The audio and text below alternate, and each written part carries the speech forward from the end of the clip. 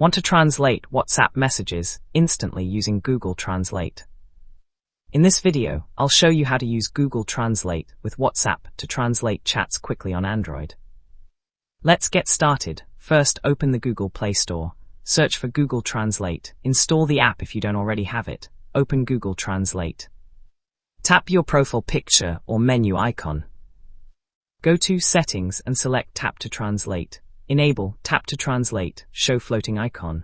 This feature allows instant translation inside other apps. Now open WhatsApp and go to the chat you want to translate. Press and hold the message you want translated.